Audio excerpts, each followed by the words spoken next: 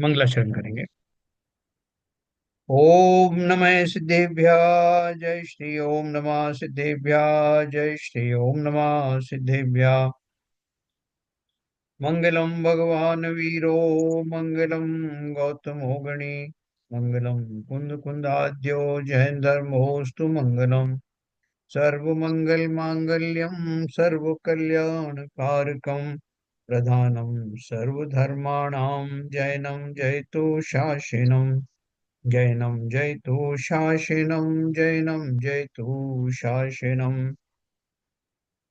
जीवं जीवं दभ्भं जिणवर्वसहेन जीर्ण नित्यं देवेन्द्र बंद वंदे तम सर्वदा शिरसा। द्रव्य संग्रह नाम का ग्रंथ हमारे सामने है, जिसके रचयिता सिद्धांत देव नेमी चंद महाराज हैं। और जैसा कि हमने ग्रंथ के बारे में जाना, द्रव्य संग्रह जैसा कि नाम है, छहों द्रव्यों के बारे में हमने संक्षेप में जाना। विशेष रूप से हमने जीव द्रव्य और पुद्गल द्रव्य के बारे में जाना, क्योंकि इन्हीं की दोनों की स्थिति के कारण उस सात तत्वों का निर्माण होता है, जिसमें जीव और अजीव प्रमुख हैं। अजीव में भी पुद्गल द्रव्य ही कर्म रूप परिणमित होता है। इसलिए मुख्य तौर पर जीव के भाव और उनके निमित्त से होने वाले पुद्गल कर्मों का आश्रव होना, आगमन होना, यही जो है मिला करके आश्रव तत्व का निर्माण करता है। उसके बाद अगली अवस्था आती है कि जब वो आत्म प्रदेशों की ओर आते हैं, बढ़ते हैं, तो एक स्थिति ये आती है कि वो एक क्षेत्र में आ जाते हैं। इसी को कर्मों का बंधन कहते हैं। एक क्षेत्राओं का संबंध होता है, जैसे दूध और पानी का होता है। उसी प्रकार से ये विशेष जानने योग्य बात है कि कर्म आते अवश्य हैं, आत्म प्रदेशों के समीप आते हैं और ऊपर ऊपर से वहां ठहर जाते हैं। इसी को हम संश्लेषित संश्लेष बंध कहते हैं।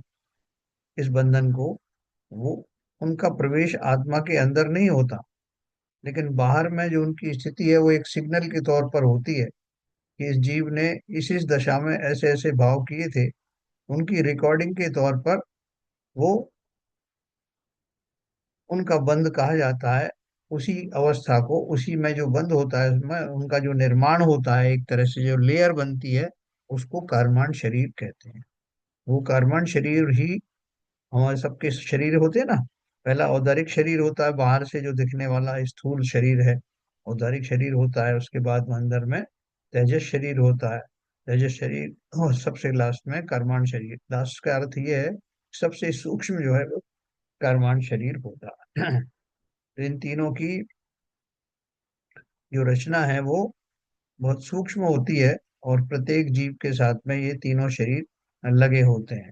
तो ये जो कर्मण शरीर है, तेजस शरीर, तो आप जानते हैं कि वो शरीर में तेज या कांति भरने के लिए वो उसका उपयोग होता है। और उसी के निमित्त से जीवों का गमनागमन भी होता है, वो एनर्जी का काम करता है। और कर्माण शरीर जो है वो हमने जो अलग अलग समय में जिस इस तरह के भाव करके जो गलतियां की थी, या शुभ भाव किए थे, जिनसे पुण्य आदि का बंध हुआ, उनका हिसाब किताब कहीं रखना पड़ेगा ना। तो प्रकृति में वो लेखा जोखा रखने की व्यवस्था अलग से कोई रजिस्टर नहीं है।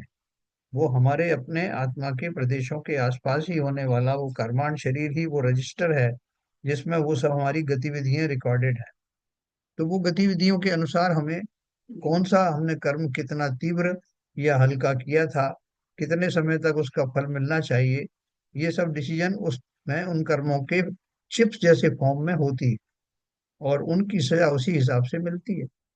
उनके सिद्धांत हमने और व्यापक रूप से पहले भी समझे थे, आगे भी समझेंगे, कि जब तक कोई कर्म उदय में नहीं आता, उसकी मैच्योरिटी नहीं आती, उसके पहले उसमें कुछ परिवर्तन किया जा सकता है, जिसे हम संक्रमण आदि कहते हैं ना। संक्रमण होता है, उसमें जो बढ़ोतरी होती है, कम होना है, ये सब उसमें आता है। तो ये सब हम एक बार फिर से पढ़ेंगे। लेकिन दो बात हमें ध्यान रखनी है। कर्म आते हैं, इसमें कोई शक की बात नहीं। दूसरी बात यह है कि उनसे डरने की आवश्यकता नहीं, क्योंकि वो हमारे ही क्रिएशन है। और उनको कैसे उनसे निपटा जाए, यही पूरा रहस्य जो है जीवन भर चलता रहता है। जो भी उपदेशात्मक जो देशना होती है उस सब में जीवों को यही विधियां बताई जाती हैं। पहले तो इस हकीकत से हम सबको परिचित परिचित कराया जाता है। ये सब मैंने ही कभी कुटिल भाव किए होंगे। जैसा दयानंद राय जी ने कहा ना पूजन में अपने, कहते हैं कर्म पूरब किए खोटे, सही क्यों नहीं जी रहा। तो जब हमें रियलाइजेशन हो जाता है कि ये मेरी गलती के कारण से ये सब कुछ हुआ है, तो मैं अब मेंटली तैयार रहता हूँ कि उनका जो भी प्रतिफल आएगा उसे शांति के साथ भोगो, कि मैंने ये सब कुछ किया था। किसी दूसरे को दोष देना ठीक नहीं। ये सब पूरी जो हमारा सिद्धांत है उसके रूप में ये समझना, और नई गलती मत कर बैठना, है ना। ये सिद्धांत समझने से हमें क्या पता लगता है कि ये जो जो मैं करता हूँ तो उसका फल मुझे ही मिलता है। तो अब उनको तो भोग ही रहा हूँ, उनसे जैसे तैसे निपट रहा हूँ, लेकिन अब गलती से भी गलती नहीं करना। ये सारा अपन ने पढ़ा। और कल तक हमने जो मिथ्यात्वादी हैं, जो कर्म है मिथ्यात्वादी का आश्रम के बारे में पढ़ा था। उस संबंध में हमारी जो भूल है वो हमने पढ़ी थी। क्रमिक विकास कैसे होता है, जीव को पहले क्या करना पड़ता है, बाद में क्या करना पड़ता है, ये सीक्वेंस हमने पढ़ी। इसी सीक्वेंस में हम कल से आज आगे की ओर बढ़ते हैं। रिकॉर्डिंग हो रही। देखिए, अपन एक चीज पढ़ी थी, देखो, आश्रम और संसार के अभाव का क्रम। ये बिल्कुल देखो सिंप्लीफाइड चीज है। इसमें आपको विशेष जोर दिमाग पर लगाने की जरूरत नहीं, और याद करने के लिए भी आपको सोचने की जरूरत नहीं, ये अपने आप याद होता जाएगा। तो इसलिए बिल्कुल रिलैक्स होकर के सुनिए। चौथे गुणस्थान में मिथ्यात्व पहले नष्ट होता है। गुणस्थान तो हम लोग समझ चुके हैं, गुणस्थान क्या कहलाते हैं, किसको गुणस्थान कहते हैं। इसकी संक्षेप में या मोटी मोटी परिभाषा मैंने आपको बताई थी कि जीव के वीतरागता के बढ़ते हुए भावों का स्केल, पैमाना, वही गुणस्थान है।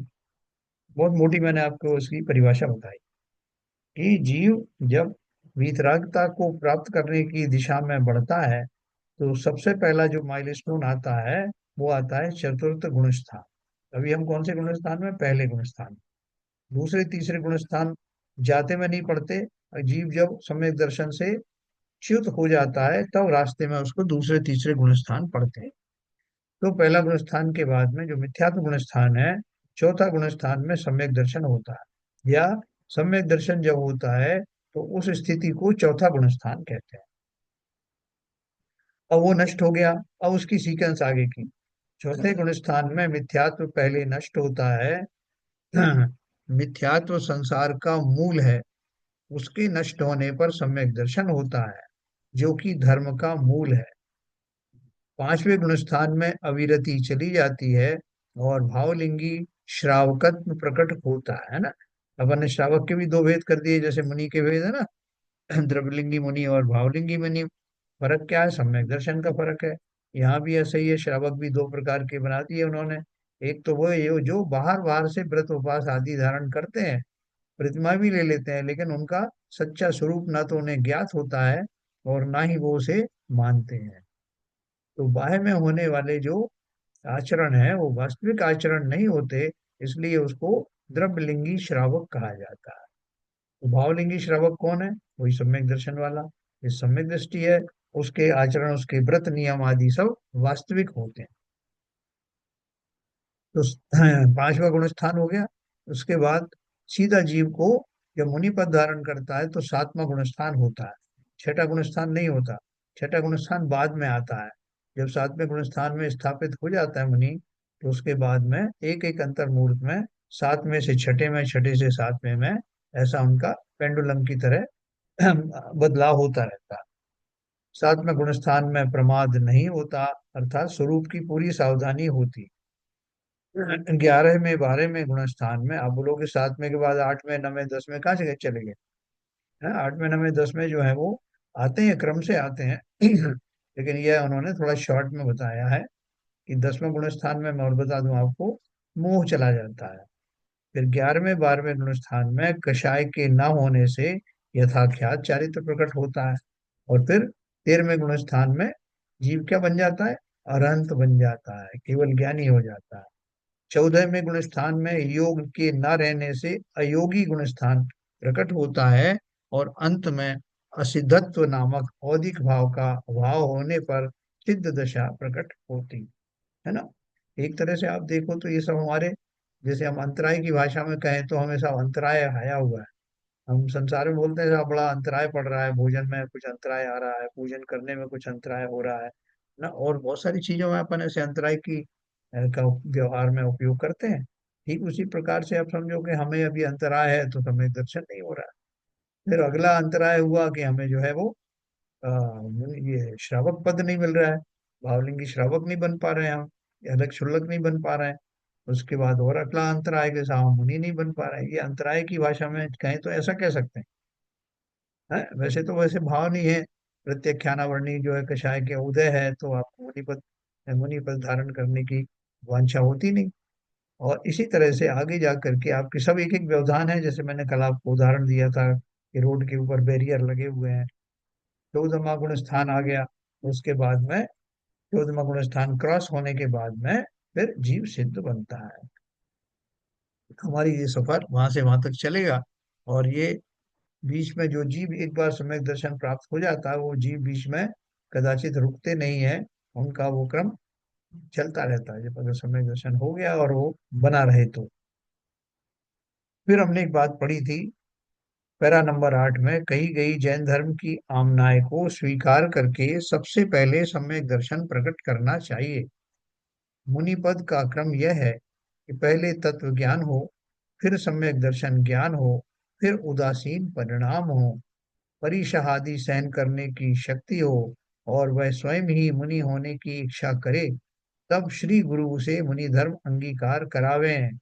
यह विधि है, अर्थात यही नियम है, इसलिए तदनुसार वर्तन करना चाहिए। यानी जो वास्तव जो आचार्य हैं, जो सही मायने में आचार्य हैं, वो जो श्रावक है उसकी पूरी खोज खबर परख करने के बाद ही मुनि दीक्षा देते हैं कि वो इस योग्य है ही कि नहीं, बीच में डगमगा तो नहीं जाएगा, उसमें संसार के प्रति उदासीनता की मात्रा कितनी है, कहीं ऐसा तो नहीं थोड़े दिन बाद व्रत उपवास नियम सब छोड़ देगा, मुनिचर्या को कि वो लज्जित करेगा। वो सारी चीज देखने के बाद ही दीक्षा दी जाती है। ये हमने पढ़ा। फिर आगे बात करते हैं। ये एक चार्ट है, अपन इसके बारे में पहले पढ़ लिया है, तो इसको अपन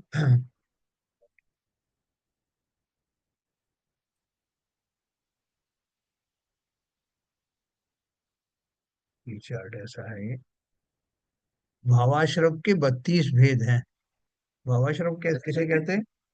जो हमारे भावों में, भावों के कारण जो कर्म बनते हैं, तो पहला पहले तो भाव होंगे ना, भावों का आश्रय होगा, भावों का प्रकटीकरण होगा, और उसके बाद में तदनुसार यथा योग्य कर्म जो है वो बनेंगे या कन्वर्ट होंगे। तो देखो अपन ने कितने तरह के 32 भेद कैसे बनाए थे। मिथ्यात्व के 5 भेद हैं, अविरति के 5 भेद हैं, प्रमाद के 15 भेद हैं, योग के 3 भेद हैं, कषाय के 4 भेद है ना। मिथ्यात्व के 5 भेद कौन से हैं? देखो सब यहाँ यहीं कहीं बताए हुए चार्ट पर, तो आप एक बार देखोगे तो कभी आपको याद रहेगा। मिथ्यात्व के 5 भेद कौन से अपन ने पढ़े थे? एकांत मिथ्यात्व, विपरीत मिथ्यात्व, विनय मिथ्यात्व, संशय मिथ्यात्व और अज्ञान मिथ्यात्व। ये किसी हमारे स्तुति वगैरह में आते हैं कि ये 5 तरह के मिथ्यात्व? एकांत, एकांत विनय की संशय आलोचना पाठ में तुम हाँ बोलो जरा, आलोचना पाठ। विपरीत एकांत विनय विनय। विपरीत एकांत विनय के संशय ज्ञानी गुण के वश होए घोरे बुरे अधिकीने बच्चे हाँ, तेने चाहे कहीं ने कुबूरन की सेवा कीनी केवल यदि आकर भीनी या क्या या विधि मिथ्यात्व मारे जाऊं गतिमति दोष दोष पाए हाँ। हिंसा पुनी झूठी जो चोरी परि बनिता द्रग सो जोरी बहुत बढ़िया। आरंभ परिग्रह बीनो पन पापी जुया विध कीनो। हाँ, देखो बहुत बढ़िया आपने बात कही। इसमें देखो ये भी आ गया, एकांत विपरीत विनय संशय अज्ञान और ये हिंसा, झूठ, चोरी, अभ्रम और परिग्रह भी आ गया। ये अविरति के 5 भेद हैं। अर्थात जब मैं व्रत धारण करूंगा तो ये 5 प्रकार की जो मेरी अविरति हैं वो चली जाएंगी। कौन सी? मैं अपने अज्ञानता के कारण हिंसा आदि में लिप्त रहता हूँ, तो मैं कौन सा व्रत धारण करूंगा? अहिंसा अणुव्रत, अगर मैं श्रावक हूं अभी। झूठ के अगेंस्ट में सत्य व्रत धारण करूंगा, सत्य अणुव्रत, सत्यानुव्रत। फिर चोरी के अगेंस्ट में अस्तेय, अचौर्य नाम का अनुव्रत धारण करूंगा। और कुशील के अगेंस्ट में या अब्रह्म के अगेंस्ट में ब्रह्मचर्य अणुव्रत धारण करूंगा, ब्रह्मचर्याणुव्रत। और 5वां है परिग्रह, उसके अगेंस्ट में अपरिग्रह प्रमाण या परिग्रह प्रमाण व्रत अपन लेते हैं। तो ये अविरत के 5 भेद हो गए। ये अगर मैंने इनको क्रॉस कर लिया तो 5 तरह का मेरा विरति हो गई, यानी व्रत हो गए। फिर प्रमाद के 15 भेद बताए थे अपन ने, इसका भी वर्णन भी किया था। प्रमाद के 15 भेद कौन से हैं? 4 तो विकथाएं, एक 4 विकथाएं, फिर कषाय, इंद्रिय, निद्रा और प्रणय।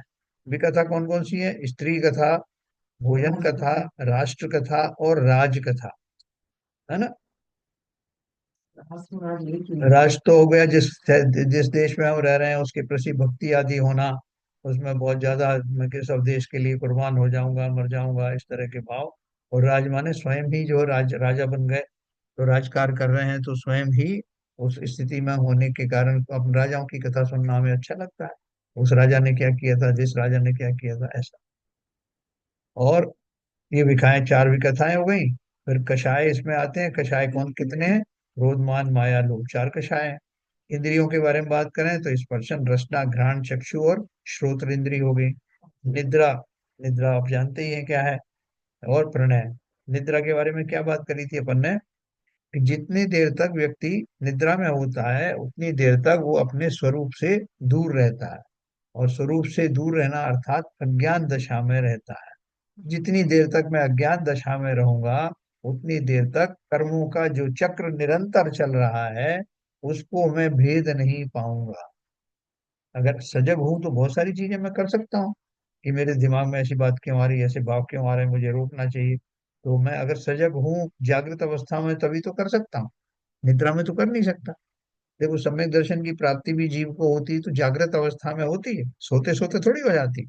इसलिए निद्रा, मुनिराज आदि जो हैं वो बहुत कम सोते हैं रात्रि के अंतिम पहर में, या किसी दूसरे पहर में वो किंचित सोते हैं और एक ही करवट से सोते हैं, जिससे जीव जो है मरे ना इधर उधर करवट बदलने। ये निद्रा का कारण है ना। प्रमाद प्रमाद में ये निद्रा का रोल है। तो प्रणय के बारे में मैंने उस दिन बताया था आपको, आज फिर से बताता हूँ, आज शायद सीविजन का आवाज भी नहीं है। तो प्रणय का अर्थ यहाँ पे 2 शब्द दिए हैं, कहीं प्रणय दिया है, कहीं स्नेह दिया है। दोनों का अर्थ एक ही है, कि जिन भावों के कारण जीव जानते हुए भी उन बातों में संलग्न हो जाता है। जैसे जैसे मैंने उदाहरण दिया था आपको धृतराष्ट्र का।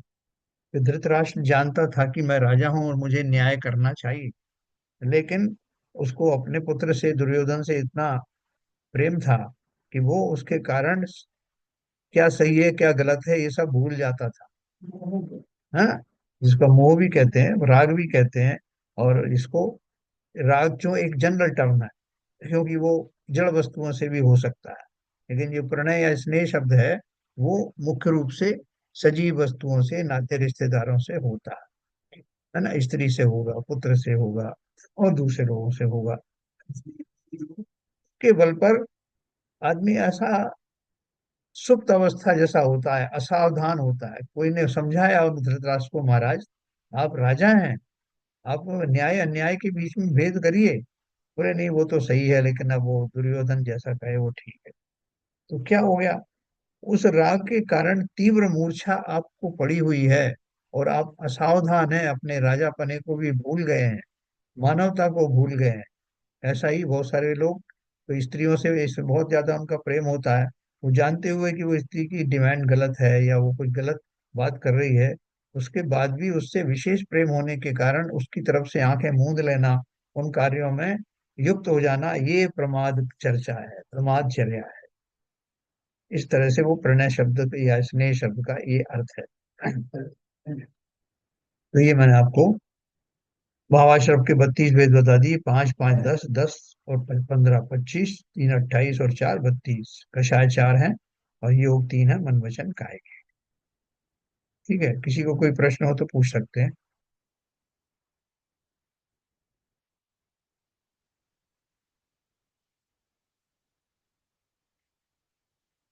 अभी देखो, द्रव्याश्रव के भेद।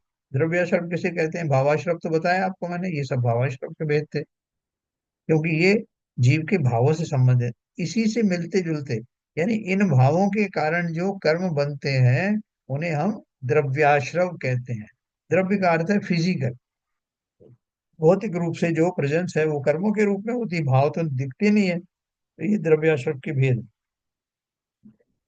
नानावर्णादीनम जोगम जम पुग्गलम समासवती दव्वा सबो सणो अणेय भेयो जुणक्खादो ज्ञानावरण आदिक कर्म के योग्य पुद्गल आगमन है द्रव्य आश्रव विविध विधि जो कहा जिनवर देव ने। क्या कहा? नाना वर्णादीनम यानी ज्ञानावरणादि 8 प्रकार के कर्म रूप, जोगम यानी होने योग्य, जम पुद्गलम यानी जो कर्माण वर्गना के पुद्गल, समासवदी आते हैं, वे अनेय भेयो अनेक भेद वाले, दव्वासवो यानी द्रव्याश्रव, अणे ओ यानी जानना चाहिए, ऐसा जिनेन्द्र भगवान ने कहा है। भावार्थ क्या है? ज्ञानावरणादि 8 कर्म रूप होने योग्य कर्म वर्गना के जो पुद्गल स्कंद आते हैं उन्हें द्रव्याश्रव कहते हैं। देखो कितना बढ़िया सिस्टम है। मैंने जो है एक ग्रास मुंह में लिया भोजन का, और मेरे शरीर ने ये डिसाइड कर लिया कि जो भोजन आ रहा है रसना इंद्री के थ्रू, उसमें कुछ मात्रा में विटामिन है, कुछ मात्रा में मिनरल्स हैं, कुछ मात्रा में प्रोटीन्स हैं। ये सारा मेरे शरीर के जो तंत्र है उसने जान लिया, और उसने उसमें छांटा भी नहीं करना शुरू कर दिया। मैंने तो कुछ नहीं किया, मतलब भोजन खाया। मैंने मतलब मेरे भावों से, शरीर तो मैं हूं नहीं, भोजन निकलने का काम भी शरीर ही करता। अब वो जब नीचे आया भोजन, तो शरीर के विशेष तंत्र ने उसको सेग्रीगेट कर दिया कि ये जो है इतना पोर्शन इसका जो कैल्शियम वाला है ये हड्डियों में जाएगा, इतना पोर्शन जो है ये आयरन उधर जाएगा। कौन कौन सी चीज कहाँ जाएगी, शरीर के अनुसार उनका बंटवारा शरीर ने ही कर लिया। ठीक उसी प्रकार से प्रकृति में एक व्यवस्था है कि जब मैं भाव करता हूँ, उन भावों में बहुत सारा मिश्रण होता है। एक समय में किए गए भावों के फल प्रतिफल में 8 ही कर्मों का बंटवारा हो जाता है। कि मेरे भाव में मुझे भी नहीं पता कि मेरे भाव कैसे चल रहा है, लेकिन प्रकृति बहुत होशियार है, उन भावों में से पूरा मिश्रण होता है, 8 कर्मों के योग्य सामग्री उसमें होती है, उनका बंटवारा हो जाता है। कि आज मैंने ज्ञानावर्णी कर्म वाला भाव ज्यादा किया, ये दर्शनावर्णी वाला किया, किए तो सारे ही, लेकिन कम ज्यादा किए, तो उसके हिसाब से उनका बंटवारा होके आज की तारीख में मेरा ज्ञानावर्णी कर्म में इतना परसेंटेज बढ़ गया। तो पहले से कर्माण शरीर है ना, उतना उतना आज जो दर्शनावर्णी में थोड़ी कमी आई, मोहिनी कर्म आज इतना प्रबल हो गया। और सबकी स्थिति पता है ना, कितने कोड़ा कोड़ी सागर वाले हैं, वो सब चार्ट भी मैं आपको दिखाने वाला हूं। मोहिनी कर्म का जैसे 70 कोड़ा कोड़ी सागर है, जो जो आपके ज्ञानावर्णी दर्शनावर्णी जो है वो 30 30 और 20 कोड़ा कोड़ी सागर वाले हैं। ऐसी स्थिति के वो बंद हो गए। कितने बार कितने परमाणु उस खाते में जाएं, कितने इसमें जाएं। अपन बैंक जाते हैं ना, तो उसको बैंक वाले को बोलते हैं साहब ये मेरे पैसे रख लो आप, इनमें से इतने इतने मेरे 3 4 खाते हैं, उसमें आप ट्रांसफर कर देना, इतना इसमें दे देना, इतना उसमें दे देना। तो यहाँ प्रकृति सब इंतजाम कर लेती है।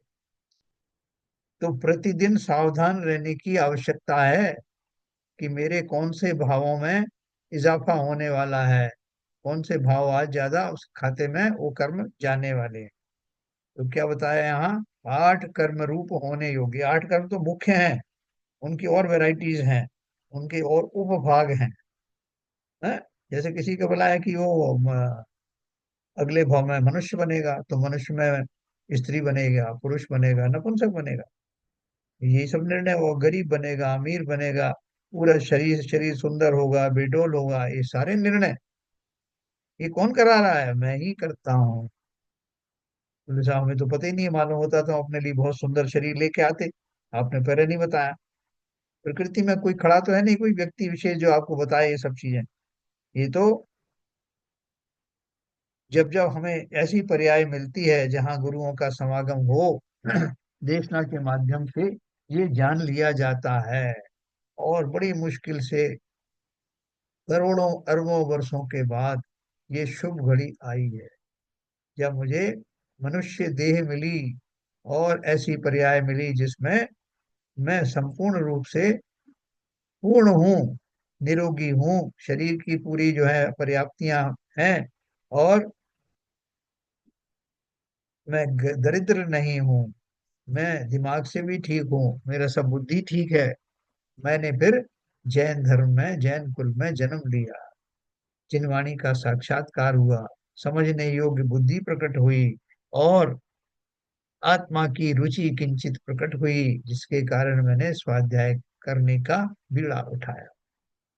उसके बाद भी मैं अगर ये ना करूं, तो फिर तो मैं वहां वापस अपने हेडक्वार्टर में जाने वाला हूं। कौन सा हेडक्वार्टर है भाई? संजय संजय प्रकाश जीव का?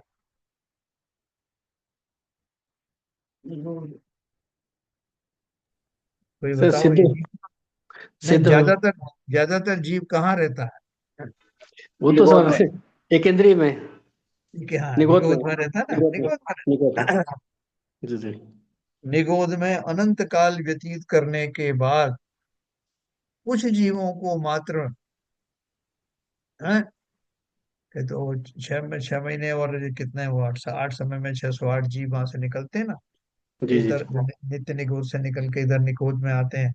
और तो वो जो सब निकलने के बाद में आपको एक मौका, जैसे कोई कैदी होता है ना, उसको आजीवन कारावास हुआ है, और उसको पैरोल पे छोड़ते हैं कि आपको 8 दिन का समय बहुत विशेष कारण से आपको दे रहे हैं कि आप घूम फिर करके अपनी शादी ब्याह में कहीं जाना है, या किसी बीमार हो गए इलाज कराना है।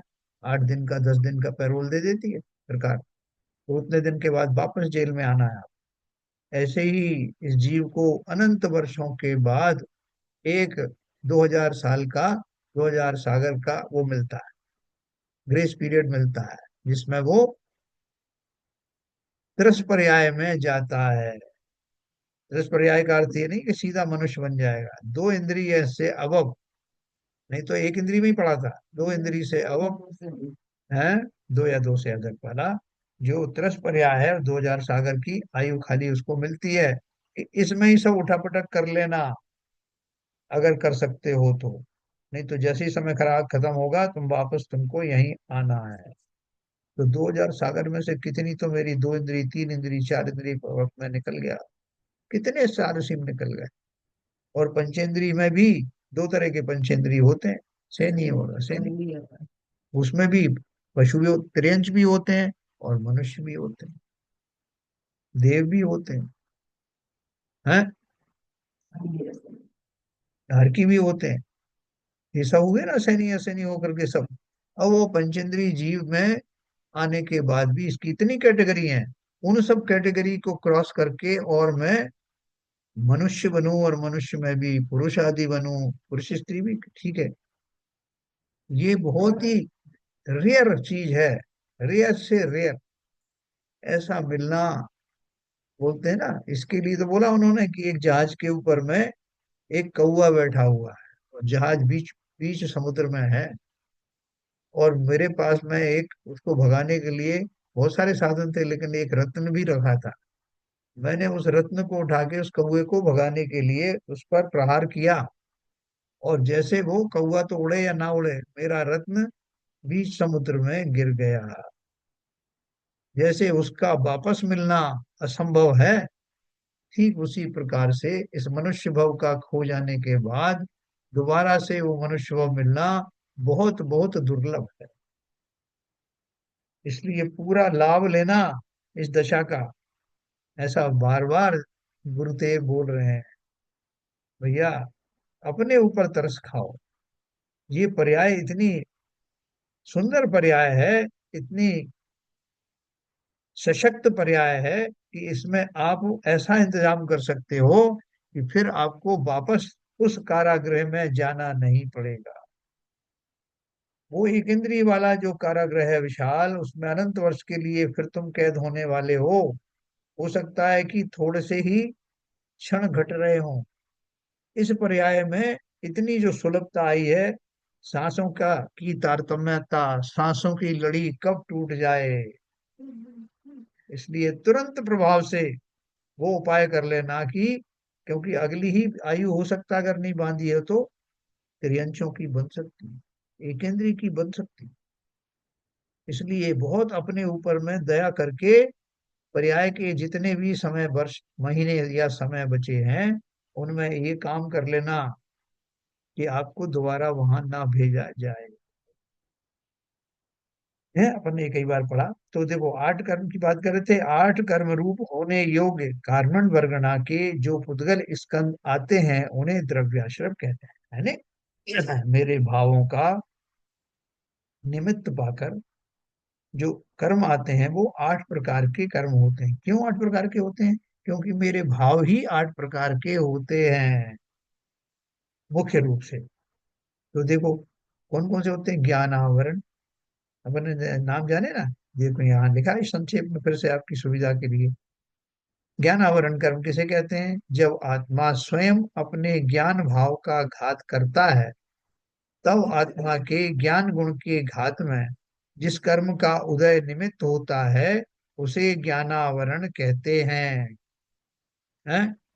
मैं अपने ज्ञान भाव का घात कैसे करता हूँ?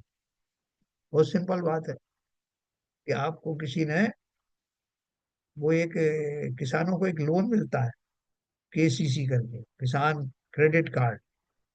तो वो आपकी एलिजिबिलिटी देख करके आपको कर देते हैं कि सैंक्शन के, आपको इतनी जमीन है तो आपको इतना इतना लोन दिया जाए। लेकिन उस लोन को आपने यूज ही नहीं किया, तो वो देखते हैं इतने समय तक आपने यूज नहीं किया, तो इसका अर्थ है कि आपको उसकी आवश्यकता नहीं, तो वो आपका लिमिट कम कर देते हैं। जैसे किसी को 10 लाख रुपए तक लोन लेने की सुविधा है तो वो घटा करके 5 कर देंगे। वो भी नहीं आपने उठाया तो 2 कर देंगे। फिर भी नहीं उठाया तो वो बंद कर देंगे। ठीक उसी प्रकार से आपको जो ज्ञान दिया है, पंचेंद्रिय के योग्य ज्ञान दिया है, उसका उपयोग ना करके आप अनुत्साहित रहें, अज्ञान में भरे रहें, तो अगली पर्याय कौन सी मिलेगी जिसमें ज्ञान बहुत कम उगाड़ ज्ञान का होगा? ऐसी कौन सी पर्याय है जिसमें ज्ञान का उगाड़ सबसे कम होता है? बताओ भाई,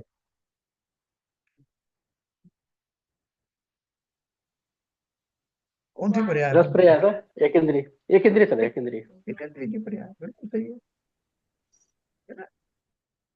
जो स्थावर जीव है वो भी एकेंद्रीय है, 5 स्थावर है ना, और निगोदीय जीव भी है। तो निगोदीय जीव में और बाकी स्थावर जीवों में क्या अंतर है? ये अपन ने विशेष रूप से पढ़ा था, है सब एकेंद्रीय ही। और लेकिन फिर भी निगोदी जीव से बाकी स्थावर जाति के जीवों में जाने में भी बहुत पुण्य की आवश्यकता होती है। जल का है, पृथ्वी का है, अग्नि का है, वायु का है, आदि जो जीव है उनमें जाने की में बहुत दिक्कत। वनस्पति काय के दो भेद है ना, एक प्रत्येक वनस्पति और एक साधारण वनस्पति।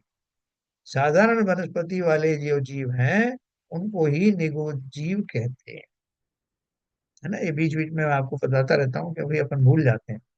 तो देखो, ज्ञानावरण कर्म का उदय जो हमने कैसे किया? हमने ज्ञान की कदर नहीं की, ज्ञानियों की उपेक्षाएं की, ज्ञानियों को बदनाम किया, उनकी भर्त्सनाएं की, और स्वयं अपने ज्ञान का प्रयोग सत्कार्यों में नहीं किया। दूसरों के ज्ञानों को रोका, उनके शास्त्र छिपा दिए, शास्त्र नहीं पढ़ने दिए, या और किसी तरह से उनके ज्ञान में विघ्न उत्पन्न किया। इसके फलस्वरूप मेरा ज्ञानावरण कर्म का अंत। तो जब आत्मा स्वयं अपने ज्ञान भाव का घात करता है, तब आत्मा के ज्ञान गुण के घात में जिस कार्य कर्म का उदय निमित्त होता है उसे ज्ञानावरण कहते हैं। हमको बहुत सारी चीजें समझ में नहीं आती। जैसा मैंने बहुत कोशिश की, मन तो बहुत है, लेकिन ग्रंथ पढ़ने की हिम्मत नहीं होती, ना मेरे समझ में आता। तो ऐसे ही थोड़ी हो गया ये सब। समझ में ना आना अर्थात ज्ञानावरण कर्म का विशेष प्रकोप होना, उदय होना, वो ज्ञानावरण कर्म का। दर्शनावरण कर्म, दर्शन किसे कहते हैं मन, कि जब ज्ञान होने से पहले जब वस्तु का सामान्य प्रतिभास होता है ना, इसको मैंने आपको ऐसे समझाया था कि जैसे कोई व्यक्ति है और उसकी आंख पे पट्टी बंधी हुई थी या उसकी आंखें खराब हो गई थी, अचानक से वो ठीक हो जाए तो पहले एक कमरे में गया तो वहां उसको बहुत सारी चीजें दिखाई दी। तो अभी उसने विशेष रूप से नहीं जाना कि क्या क्या वस्तु है, उसको लगा कि यहाँ बहुत कुछ है, पता नहीं क्या क्या है। कुछ लोग भी खड़े हैं लग रहा है, कुछ भीड़ सी दिख रही है, सामान भी पड़ा हुआ है। तो ये सब सामान्य जो प्रतिभास होता है, उसमें अभी विशेष उसने नहीं जाना, सामान्य प्रतिभास को ही हम दर्शन कहते हैं। दर्शन मतलब देखना। तो वो सामान्य प्रतिभास दर्शन नाम का गुण है, उसका अभाव होना वो दर्शनावरण कर्म, उसमें रुकावट आना दर्शनावरण। फिर देखने के बाद में थोड़ी देर बाद जब वो सामान्य होता है तब एक एक बात के बाद में देखता है कि यहाँ अच्छा है, यहाँ तीन आदमी भी खड़े हैं, दो स्त्रियां खड़ी हैं, यहाँ ये सामान रखा है। तब वो ठहरने के बाद में कुछ क्षण बाद उसको पूरा ज्ञान होता है। तो दर्शन पूर्वक सामान्य जीवों को दर्शन पूर्वक ज्ञान होता है। सिर्फ जो है एक जो जिनेन्द्र देव होते हैं, केवल ज्ञानी होते हैं, उनको दोनों एक साथ होते हैं, उनमें ऐसा क्रम नहीं पड़ता, दर्शन और ज्ञान एक साथ। ये हमने दर्शनावरण को पढ़ा। जब आत्मा स्वयं अपने दर्शन भाव का घात करता है, तब आत्मा के दर्शन गुण के घात में जिस कर्म का उदय निमित्त होता है उसे दर्शनावरण कहते हैं। इसका मैंने आपको उदाहरण बताया था कि कोई व्यक्ति जैसे दर्शन कर रहा है, आप उसके जहाँ ऊपर बीच में जाके खड़े हो गए, उसके दर्शनों में व्यवधान किया आपने, मुझे ज्यादा अच्छा दिखना चाहिए इसलिए आपने ऐसा जगह अपने लिए चयन करी कि बाकी सब लोगों को दिखे ना दिखे, मुझे दिखना चाहिए। और भी बहुत सारे उसके वो हैं, क्योंकि दर्शनावरण कर्म के जो कितने भेद हैं अपन ने पढ़े थे, अभी आगे भी पढ़ेंगे। तो वो सारे जो है इसमें निद्रा निद्रा प्रचला प्रचला ये सब है। निद्रा बहुत आ गई आपको, आप शास्त्र पढ़ने बैठे या जिनदेव के दर्शन करने बैठे, पूजा करने बैठे, आपको बहुत तेज निद्रा ने घेर लिया। तो वो निद्रा किसका जो है वो भेद है, दर्शनावरण कर्म का, है ना। 9 प्रकार के अपन पढ़ेंगे अभी। वेदनी क्या है, आत्मा को अनुकूलता या प्रतिकूलता के संयोग प्राप्त होने से जिस कर्म का उदय निमित्त होता है उसे वेदनीय कहते हैं, है ना। वेदनीय कर्म कैसा है कि हमको वेदन में ऐसा लगे, वस्तु तो अच्छी बुरी नहीं होती, वस्तु तो जैसी है वैसी है, लेकिन मेरे कर्म के उदय से वो वस्तु मुझे अच्छी नहीं लग रही, जो बाकी लोगों को अच्छी लग रही मुझे बुरी लग रही, है ना। और उल्टा भी हो सकता है। और वेदन में और भी चीजें होती हैं, जैसे कि आपके जो स्पर्श आदि सुख है, ठंडा है, गर्म है, ये सब जो है अच्छा, मुख्य रूप से अनुकूलता और प्रतिकूलता के जो प्रसंग हैं वो वो इस वेदनी कर्म के फलस्वरूप आता है। देखा है वेदनी में आत्मा को अनुकूलता या प्रतिकूलता के संयोग प्राप्त होने में जिस कर्म का उदय निमित्त होता है उसे वेदनी कहते हैं। मुझे जो अच्छा लगता है वो नहीं मिल रहा, और जो मुझे बुरा लगता है वो मिल रहा है, तो क्या करूं। प्रतिकूल संयोगों में क्रोधित होकर संसार बढ़ाया है, संतप्त हृदय प्रभु चंदन सम शीतलता पाने आया है? तो भैया ये वेदनी कर्म के कारण से संसार में जो जिन्हें मैं अनुकूल समझता हूँ, प्रतिकूल वो एब्सोल्यूट टर्म्स में नहीं है, मैंने प्रतिकूल समझा, जरूरी नहीं सबके लिए प्रतिकूल हो, लेकिन मेरे ऐसे भाव आते हैं। अभी मेरे पास में धन आदि आ जाए तो मैं उसे अनुकूल समझता हूँ, एक्स्ट्रा आ गया। और मुनिराज को कोई धन उनकी झोली में डाल के भाग जाए, वो तपस्या कर रहे हैं, तो वो स्वर्ग मानेंगे कि खुश होंगे, है ना। तो ये वेदनी कर्म का ये काम है। फिर मोहनी कर्म, जीव अपने स्वरूप को भूल कर स्वपर को एक रूप माने अथवा स्वरूपाचरण में असावधानी करे, तब उसमें जिस कर्म का उदय निमित्त होता है उसे मोहनी कर्म कहते हैं। मोहनी कर्म क्या करता है, जो मेरा स्वरूप है उसको संज्ञान में लाने नहीं देता। कि मैं तो जीव द्रव्य हूँ। अरे बोले काहे के जीव द्रव्य हो? तुम संतोष कुमार हो, हमें मालूम, काहे के जीव द्रव्य हो? और जो तुम्हारी कुछ फर्ज बनता है, तुम्हारी कुछ ड्यूटी है, तुम्हें ये करना चाहिए, तुम्हें वो करना चाहिए, मुझे बहुत सारे लेक्चर मिल जाएंगे, मैं भी भूल जाऊंगा कि हाँ मैं आत्मा हूँ या मेरा कुछ और रूप है। ऐसा सारे जीव अपने अपने स्वरूप को भूल करके, मैं ये हूँ, मैं फलाने का ये रिश्तेदार हूँ, ढिमका ये है, मेरा शरीर ऐसा है, उस सब में ही संलग्न रहता हूँ। मेरे स्वरूप का मुझे पता ही नहीं चलता कि ये मेरी पर्याय मात्र है। तो जीव अपने स्वरूप को भूलकर स्व पर को एक रूप माने। स्व और पर कौन सा हुआ? ये रिश्तेदार मेरे, बच्चे मेरे, धनादि मेरा, शरीर मेरा, है ना। और इसमें से वास्तव में मैं कौन हूँ वो तो भुला ही दिया। स्व पर को एक रूप माने अथवा स्वरूप आचरण में असावधानी करे, तब उसमें जिस कर्म का उदय निमित्त होता है उसे मोहनी कर्म कहते हैं। भैया इसमें बड़ा मोह बहुत है। फिर आयु, आयु कर्म क्या करता है? जब जीव अपनी योग्यता से नरक, त्रियंच, मनुष्य या देव के शरीर में रुका रहता है, तब उसमें जिस कर्म का उदय निमित्त होता है उसे आयु कर्म कहते हैं। है ना, ये कैद है ना। तब तक जितनी आयु है उतनी आयु तक वो उस शरीर में कैद रहता है। बोले साहब आप ऐसे क्यों बोल रहे हैं, हमें तो अच्छा लगता है शरीर में रहना।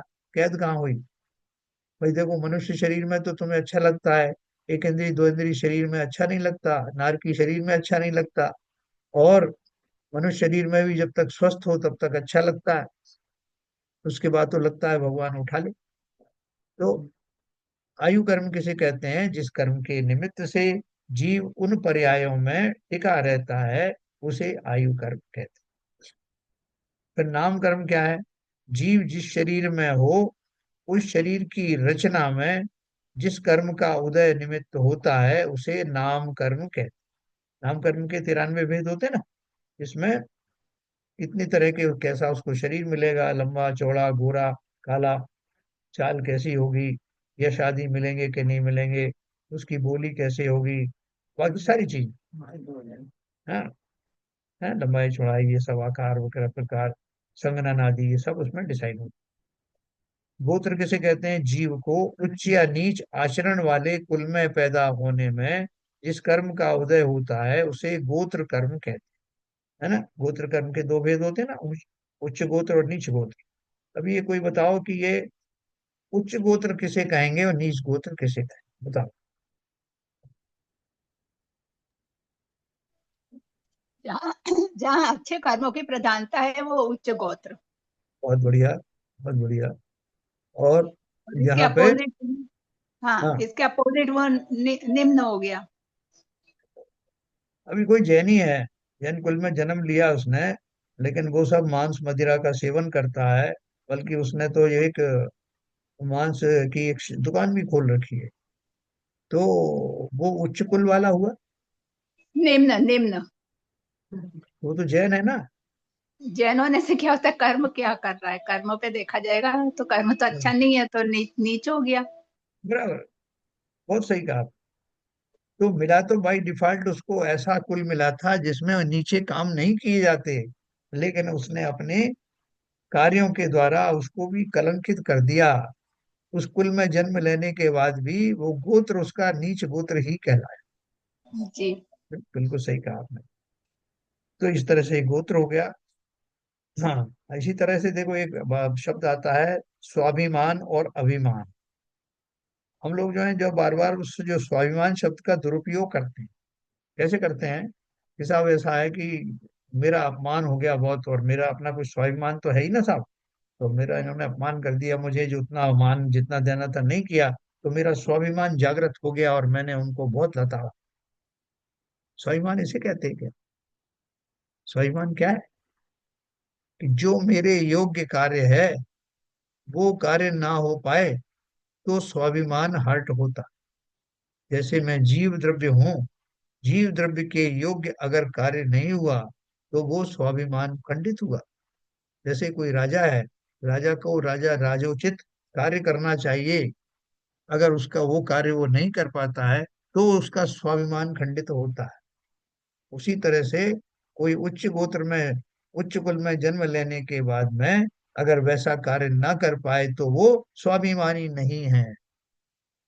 अरे मैं तो जैन हूं, मुझे ये नहीं करना, ये स्वाभिमान है ना। इन शब्दों को बहुत अच्छे से समझना। तो अंतराय कर्म अपन पढ़ेंगे, जीव को दान, लाभ, भोग, उपभोग और वीर नामक गुणों की पर्याय के विघ्न में जिस कर्म का उदय निमित्त होता है उसे अंतराय कर्म कहते हैं। देखो अंतराय कर्म के दो रोल हैं, ये ध्यान से समझना। अंतराय कर्म में वैसे कौन सा है? घातीय कर्म। और घातीय कर्म किसे कहते हैं? कि जिन कर्मों के उदय में जीव के अनुजीवी गुणों का घात होता है, जो उसके गुण है, वास्तविक गुण है, अगर वो गुणों का कहीं खंडन होता है तो वो घातीय कर्म है, उनका घात हो रहा है। अर्थात जैसे ज्ञान गुण जीव का है, दर्शन गुण जीव का है, ज्ञान दर्शन, और मोहिनी कर्म भी जो है वो मेरे स्वभाव का घात करता है। अब अंतराय कर्म कैसे घात करता है? क्योंकि उसमें तो जो चारों चीजें जो लिखी हैं, वो चारों चारों पांचों चीजें जो हैं वो भौतिक चीजें हैं। और बाकी के घातीय कर्म में भौतिक का कोई चक्कर नहीं है। क्या है भौतिक? है दान, लाभ, भोग, उपभोग और वीर। ये पांच गुणों का की पर्याय के विघ्न में जिस कर्म का उदय आता है। तो अपन कैसे मानते हैं कि साहब जो दान देने में जब रुकावट आए, लाभ मिलने में रुकावट आए, भोग करने में, उपभोग करने में आदि जो रुकावट आए उसको हम अंतराय कहते हैं। तो ये पार्टली ट्रू है, आंशिक रूप से ठीक है, लेकिन वास्तव में तो इसका जब घातिया है तो घातिया से रिलेट करो उसको। तो आत्मा के अंदर ही ये सारे गुण मौजूद है। कौन से? स्वयं को स्वयं की निर्मल पर्याय का दान देना, स्वयं को स्वयं ही अपने सुखादि गुणों का लाभ देना, उस आनंद का भोग करना, और बार बार करना, और उसमें वो सामर्थ्य लाना, यही पांच प्रकार के अचीवमेंट हैं जो मुझे अंतराय की वजह से नहीं मिल पाते। स्व को स्व का दान देना, स्व को स्व की निर्मल पर्याय का, निर्मल आनंद का दान देना, देते रहना, बनाए रखना, ये जीव का स्वयं के प्रति उत्तरदायित्व है।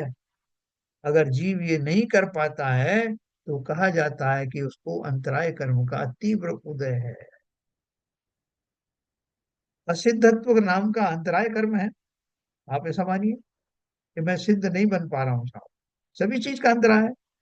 जैसे मति ज्ञानावरण अंतराय है, अवधि ज्ञानावरणी कर्म का अंतराय है, तब तक आपको अवधि ज्ञान नहीं होगा। मन पर्याय ज्ञान का अंतराय है तो वह नहीं होगा। केवल ज्ञान अंतराय है तो केवल ज्ञान नहीं होगा। और से असिद्धत्व है या सिद्धत्व का अंतराय है, सिद्धत्व नहीं मिले। तो वास्तव में ये अंतराय कर्म घातिया कर्म का तो है, लेकिन ये अघातिया जैसा काम भी करता है। संसार में आप देखो, आपने कुछ ऐसे काम किए कि आपका काम नहीं हो रहा है। आपको कोई रोग होगा, रोग हो ही नहीं, ठीक होने का नाम नहीं ले रहा। आपने दुनिया भर का इलाज कर लिया, आपने बहुत कोशिश की, आपको धन आदि का उपार्जन नहीं हो रहा है।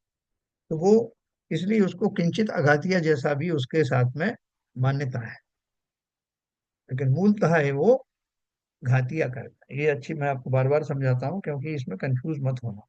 अभी देखो सारे कर्मों की ये प्रकृतियां जोड़ी इन्होंने, तो कितना टोटल आया, ये सब ये इसमें लगा लेना। जैसे कि हाँ, जैसे ये पहला वाला था ना ज्ञानावरण, तो ज्ञानावरण के कितने भेद है? पांच भेद है ना। सभी कर्मों के उसमें इसी हिसाब से दर्शनावरण के नौ है ना। ये देखो, दर्शनावरण के नौ हो गए, वेदनी के दो हैं। वेदनी के दो कौन से होते हैं? साता वेदनी और असाता वेद। मोहिनी कर्म की 28 प्रकृतियां होती हैं। फिर आयु कर्म के कितने वेद होते हैं? चार वेद होते हैं। आयु के चार वेद क्यों है भाई? चार तरह की आयु होती है क्या? सर वो देवगति है, चार गति जो होती है सबसे। हाँ, चार गतियों की आयु होती है तो इसलिए चार वेद हो गए। फिर उसके बाद में नाम कर्म के कितने वेद है? 93। मैंने बहुत विस्तार से पढ़ा था। और गोत्र कर्म के दो हो गए, उच्च और नीच। अंतराय कर्म के कितने हो गए? पांच वेद हो गए। इन सब का टोटल किया तो 148, 148 जो इसकी प्रकृति है कर्मन की। वो 64 प्रकृति के बाद में फिर ये और विस्तार में जाते हैं तो 148 प्रकृतियां होती हैं। वास्तव में कर्मों के अनंत भेद हैं। ये तो मोटे मोटे भेद, ये हमने इस प्रकार से पढ़ा। तो आपको मैं कल बताऊंगा भाव बंध और द्रव्य बंध का लक्षण। ये अच्छे से समझा दिया है, कहीं आप भूल गए हो ऊपर तो और आगे से क्लियर किया है कि भाव बंध कैसे होते हैं और भावों का निमित्त पाकर द्रव्य बंध कैसे होते हैं, और हमको कैसे मालूम पड़ेगा कि मेरा कौन सा बंध का उदय चल रहा है। ये बहुत अच्छे से समझना, क्योंकि भैया हमारे पास समय बहुत कम है। इसलिए समय कम है, यही पता नहीं कि ये पर्याय मेरी अंतिम पर्याय हो सकती है, अंतिम ऐसी पर्याय जिसमें मैं समझदारी का परिचय दे सकता हूँ। हो सकता है मेरा 2000 सागर का जो मुझे पैरोल पीरियड दिया था वो समाप्त होने वाला हो, और इस पर्याय के साथ ही इसके सिमटते ही वापस मैं हेडक्वार्टर में जाने वाला हूँ। इसलिए अभी भी समय है, लेकिन समय बहुत कम है। इस पर्याय को जाते जाते इस योग्य बना देना कि तुम्हारा जो नरक निगोद वाली जो गति टल जाए, बंधने ना पाए, उसके पहले कोई उच्च गति, शुभ गति और उच्च कोटि के संसार उत्पन्न हो, तो हमारी पर्याय सार्थक होगी। अन्यथा तो हम भी आम जीवों की तरह वापस निगोद में जा सकते। चलिए समय हो गया। दिनवाणी स्तुति करेंगे संजय प्रकाश।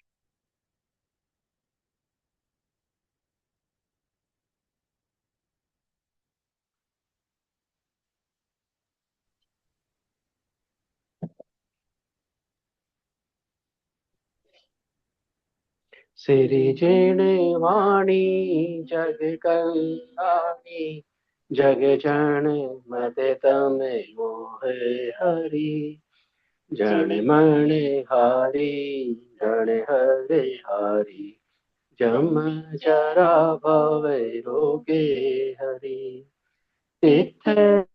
राणम दिव्य जुड़िंजो पड़ई सुड़ई मैये दारे नाणम सोखे मनंतम धरिये सासदे मोखे पदम पावै सासदे मोखे पदम पावै। जिनमाड़ी माता की जय। जय। कार्य सब।